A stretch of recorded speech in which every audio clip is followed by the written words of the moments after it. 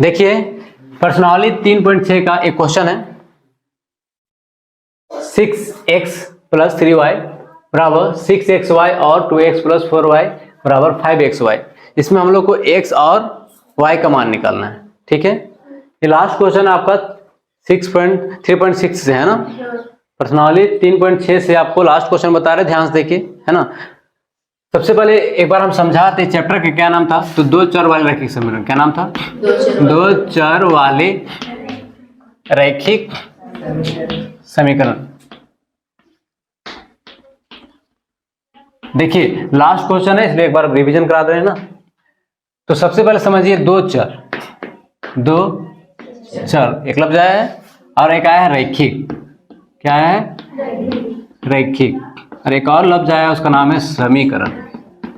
ठीक है, 1 2 3 ये हमको समझना है। ठीक है, तो सबसे पहले समझ लेते चर क्या होता है।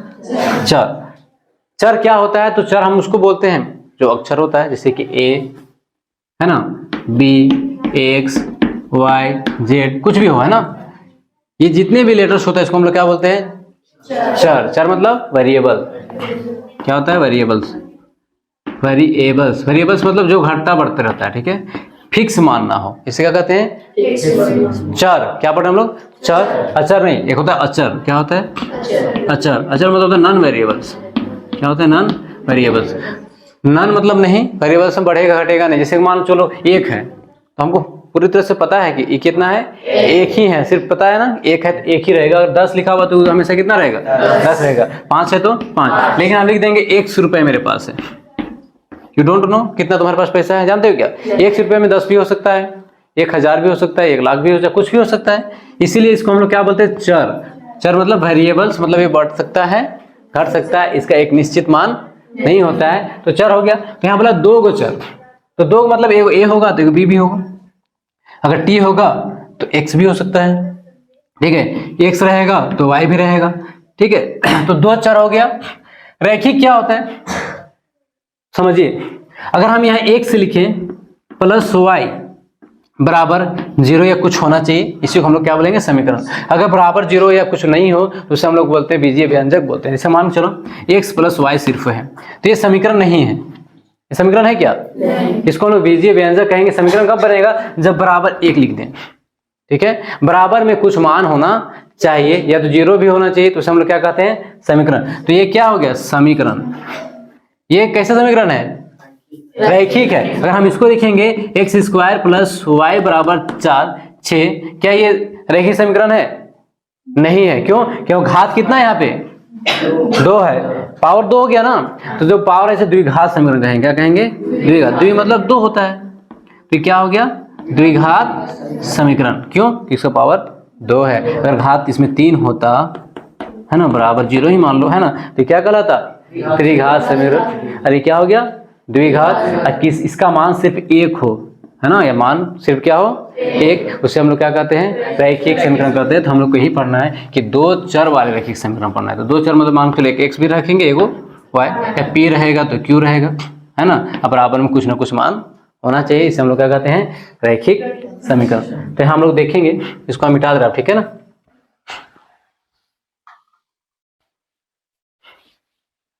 तो यहाँ जो एक क्वेश्चन लिखा हुआ है ये समीकरण है कि नहीं है, कैसे समीकरण है, ये रैखिक है, क्योंकि इसमें कोई भी अलग मान है क्या। देखिए यहाँ जो चर पद होगा, वेरिएबल जो है वो कै गो है, सिर्फ 2 है, एक x है और ये क्या है, y। इसके अलावा कुछ है क्या, कैट है, सिर्फ 2 ही है, बार बार रिपीट हो रहा है, उससे कोई मतलब नहीं। लेकिन है कै गो, एक x है और एक y, और z है क्या, ये है, ये कुछ भी नहीं है ना। तो 2 ही है, इसलिए हम लोग क्या कहेंगे, 2 चर वाले रैखिक समीकरण है। जब 2 चर वाले रैखिक समीकरण है तो उसको हम लोग हल करेंगे और x और y का मान निकालेंगे। तो कैसे हल करेंगे, तो सबसे पहले हल लिखेंगे।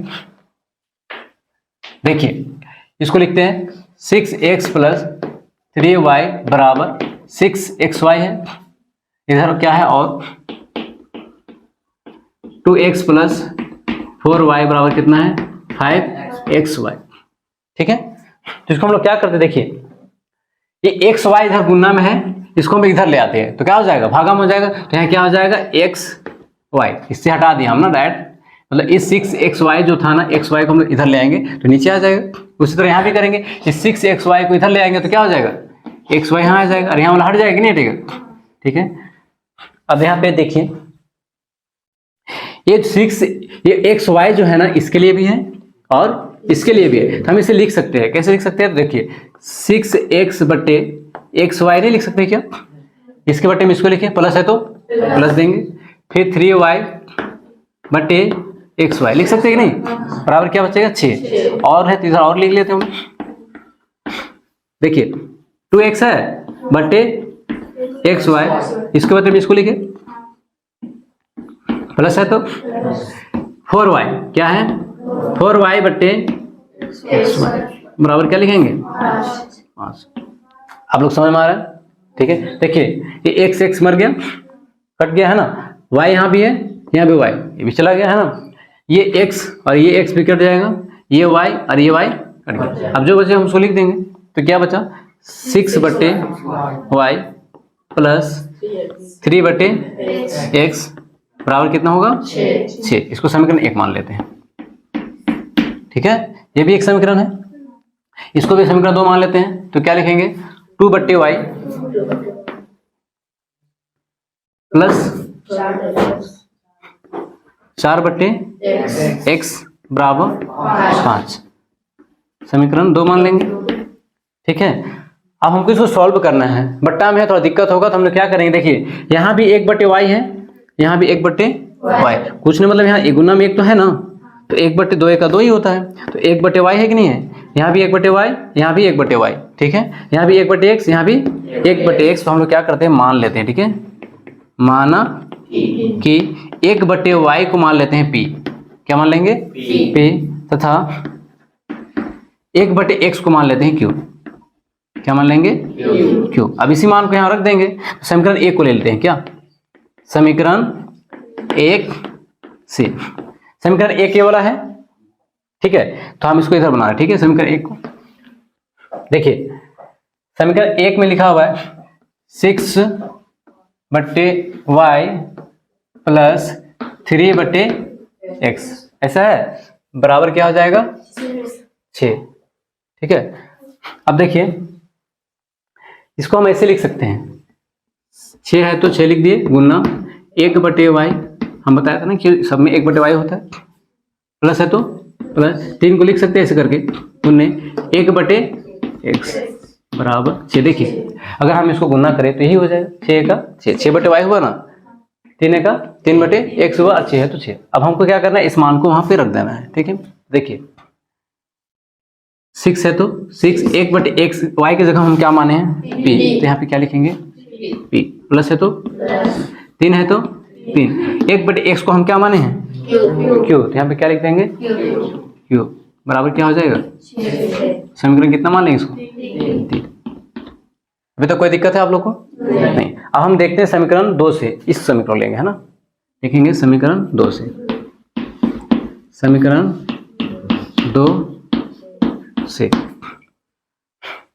समीकरण 2 में क्या है, तो 2 बटे y है ना, प्लस 4 बटे x, प्लस 4 बटे x बराबर 5 है। इसको हम तोड़ के लिख सकते हैं, 2 कैसे लिख सकते हैं, 2 गुने 1 बटे y नहीं लिख सकते क्या, लिख सकते हैं, प्लस है तो प्लस 4 को लिखेंगे और 1 बटे क्या लिखेंगे x बराबर कितना लिखेंगे 5। ठीक है, 2 है तो 2, 1 बाई y को हम लोग क्या माने, देखिए p, क्या लिखेंगे p, 2p हो गया, प्लस है तो प्लस 4 को लिखेंगे, 1 बटे x को क्या माने हम लोग q, तो क्या लिखेंगे q बराबर 5, समीकरण कितना हो जाएगा 4। ठीक है, यहाँ तक समझ में आ गया आप सबको। ठीक है, अब क्या करना है, p और q का मान निकालेंगे और जो मान आएगा उसको यहाँ रख देंगे तो आंसर आ जाएगा। ठीक है, तो हम डायरेक्ट बना रहे हैं, उतारना लिखना अपना नहीं आप लोगों को है ना, अगर लिखना होगा तो वीडियो पॉज करके आराम से घर में लिख लेना। ठीक है,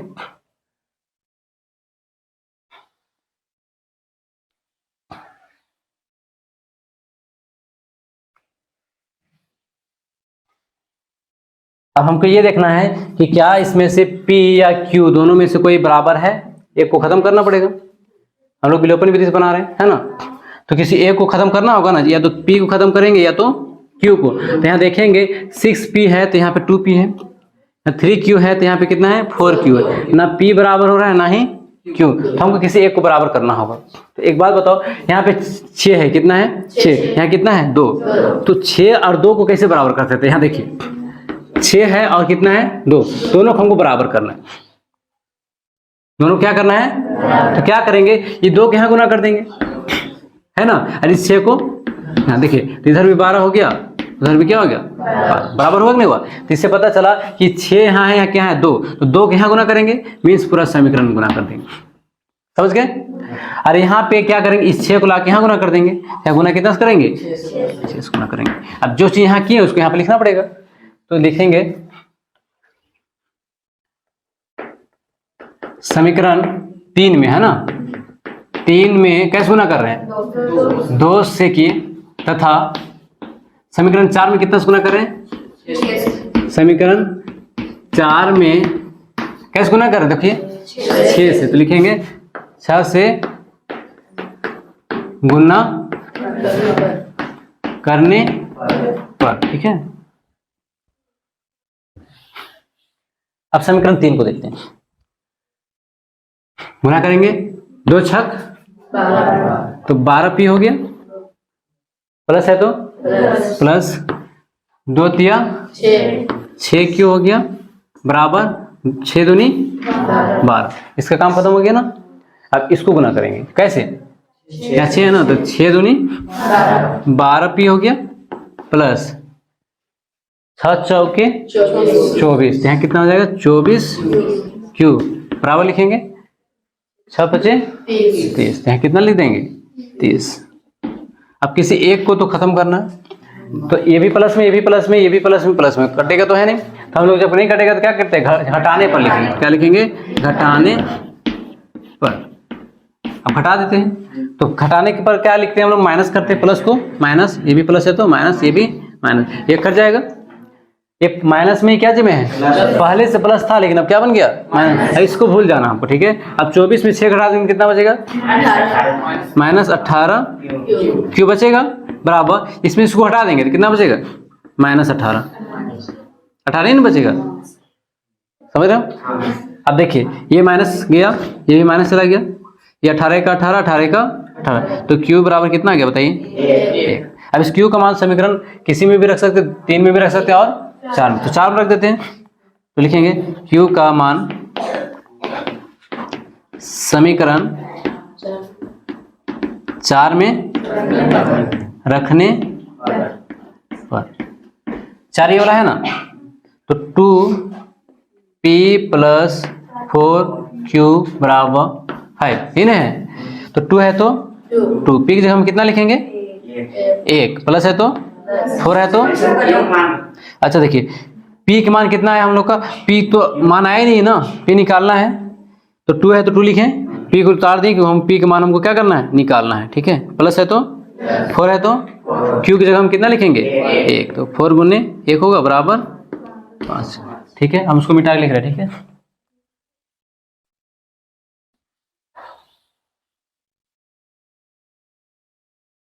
अब देखिए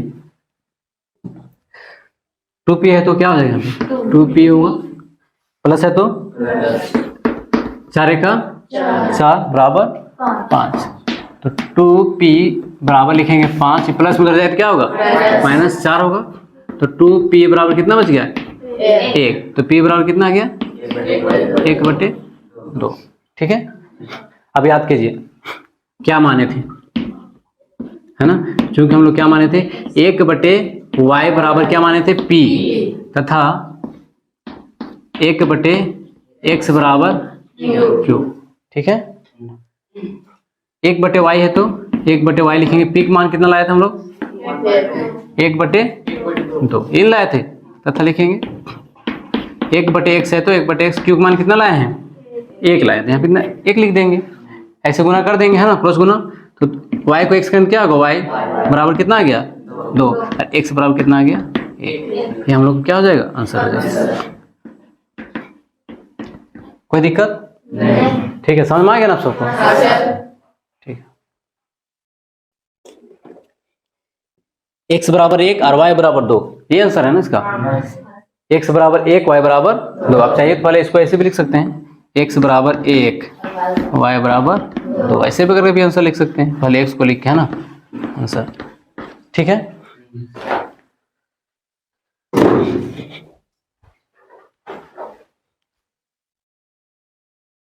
खतरनाक।